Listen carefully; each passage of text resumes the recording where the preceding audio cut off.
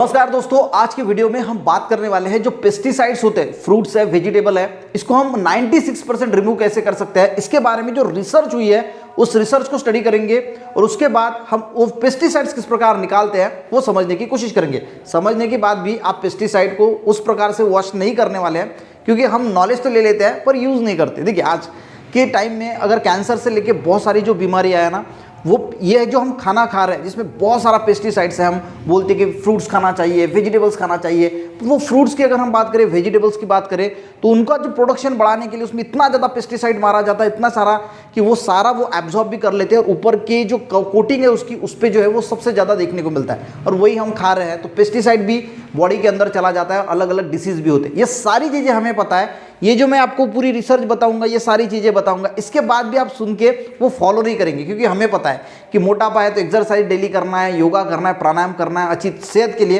पर हम करते नहीं। बस उसी प्रकार का ही है।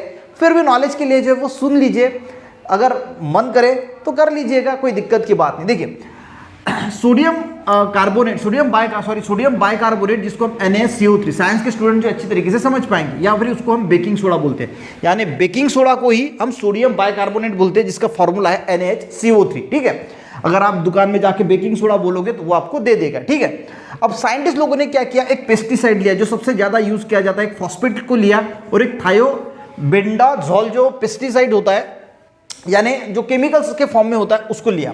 उसको जो है वो एक एप्पल पे अप्लाई किया, यानी एप्पल लिया, उसके ऊपर पूरा का पूरा अप्लाई किया। अब वो अप्लाई करने के बाद जैसे हम उसको छिड़कते हैं ना, वो एब्जॉर्ब भी करेगा, उसने एब्जॉर्ब भी किया होगा। ठीक है, इसको एक दिन वैसे ही रहने दिया।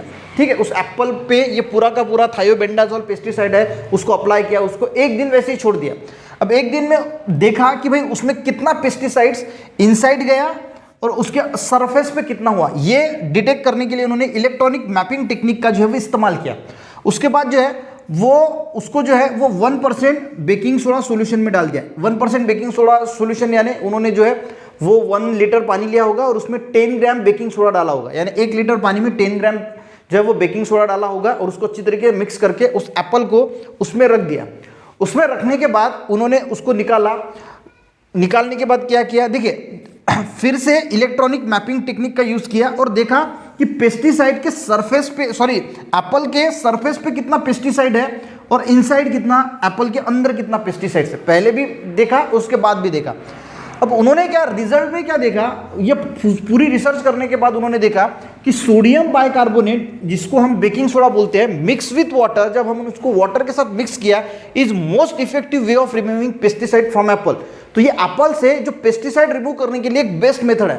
उन्होंने रिजल्ट में ये भी देखा कि 12 मिनट के बाद, यानी एप्पल को बेकिंग सोडा सॉल्यूशन में जब 12 मिनट रखा गया तो, और जेंटल स्क्रबिंग किया, यानी 12 मिनट रखा और उसके बाद एक बहते हुए पानी में जो नल है ना, उसको नल को ऑन कर दिया और उस एप्पल को जेंटल स्क्रब किया, थोड़ा, यानी बहुत नहीं, ऐसा हम स्क्रब करते हैं ना, यानी ऐसे घिसते हैं उसको, तो थोड़ा जेंटल स्क्रब किया।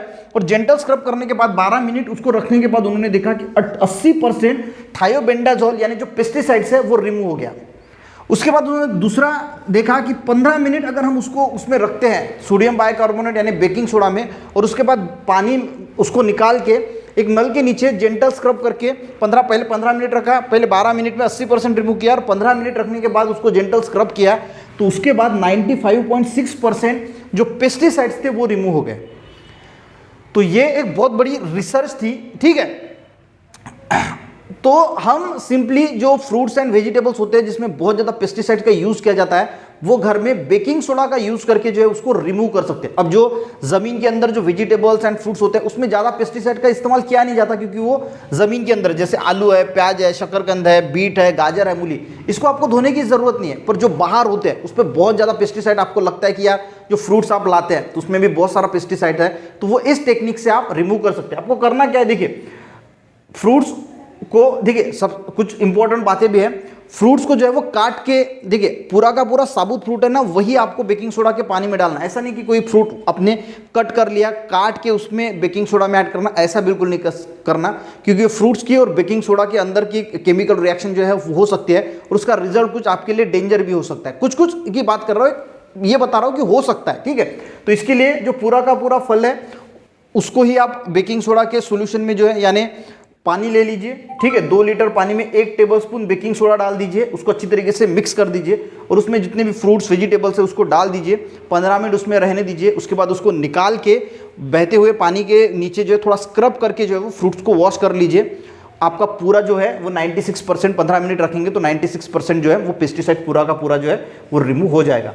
तो ये छोटी सी टेक्निक है, हम भी यूज़ कर सकते हैं, कोई दिक्कत की बात नहीं। और दूसरी आपको ये भी बात रखनी है कि जब भी आप सब्जियां बनाते हैं तो कुछ रिसर्च ये भी बोलते हैं कि जब हम सब्जियां बनाते हैं तो सब्जियों को ढक के नहीं रखना है, क्योंकि उसमें जो पेस्टिसाइड्स होते हैं वो जो है वो इवेपोरेट हो सकते हैं, यानी स्टीम निकलती है ना, सब्जी बनाते वक्त जो है वो स्टीम निकलती है, यानी भाप निकलती है, तो वो कुछ पेस्टिसाइड्स उस भाप के साथ जो है वो निकल जाते हैं।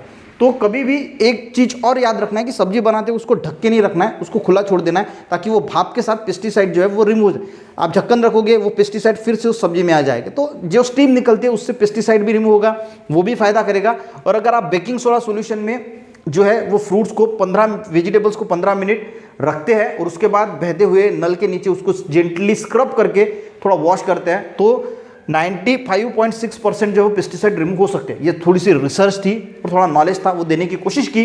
वीडियो हेल्पफुल रहा, एक लाइक जरूर करना, लोगों को भी शेयर करना ताकि उनको भी जो है वो थोड़ा फायदा हो सके। मिलते हैं नेक्स्ट वीडियो में, तब तक के लिए जय हिंद।